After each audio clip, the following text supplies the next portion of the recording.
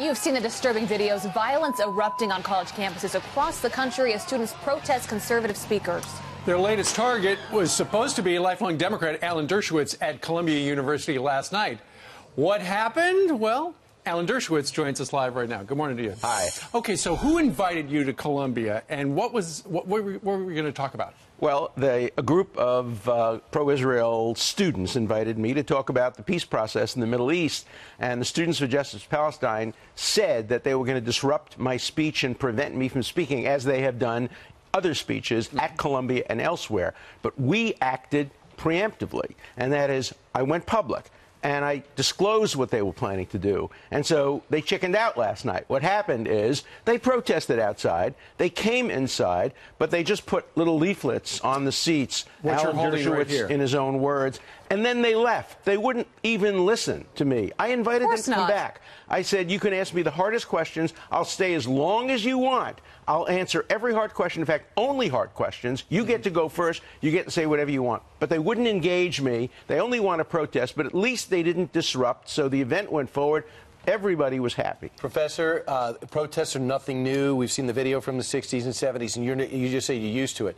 But is there something different about this? That they don't seem to want to win the argument? They just want to make a scene? Oh, it has nothing to do with the argument. In fact, I had a plan. If they were going to disrupt me and boo, I was going to start out by making first a pro-Palestinian statement, saying, I support a Palestinian state. They would go, boo, boo, and try to shout me down. And then I say, see, it has nothing to do with what I'm saying. It's just an attempt to shout me down. I may have an opportunity to do this because I've also been invited to speak at Berkeley. But Berkeley has said I can't speak there because I'm, quote, a high visibility person. Which is true. And if you're high visibility, you have to give 8 weeks notice unless you're invited by a department. Now, here's the trick.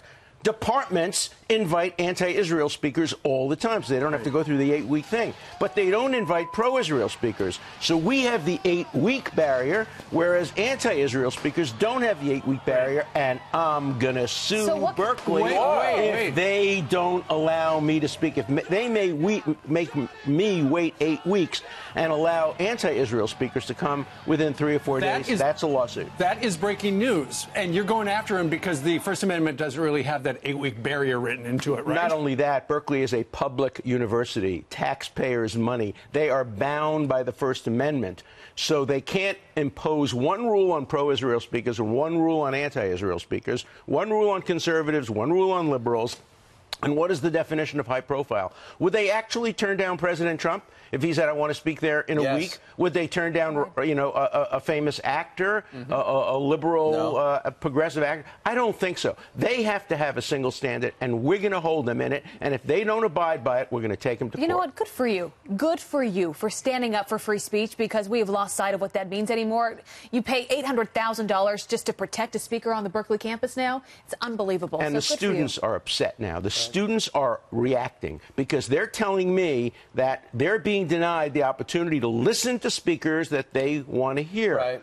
And finally, you know what bothers me most? Your topic. The fact that being pro-Israel gets this type of anger in America bothers me to no end. At a major university in the city of New York, if you're a pro-Israel speaker, you're treated differently than if you're an anti-Israel speaker. And I'm not going to let Berkeley get away with that. They're a public university. They're going to have to comply with the First Amendment, and we're going to win that. Okay, so you just heard it. Alan Dershowitz suing Berkeley. You heard it here first. By the way, he's got a brand new book out. It is called Trumped Up: How Criminalization of Political Differences Endangers Democracy. A great read. Yeah, Thank everyone you needs to read that one. Thanks, Good to see you. Stay tuned for that one.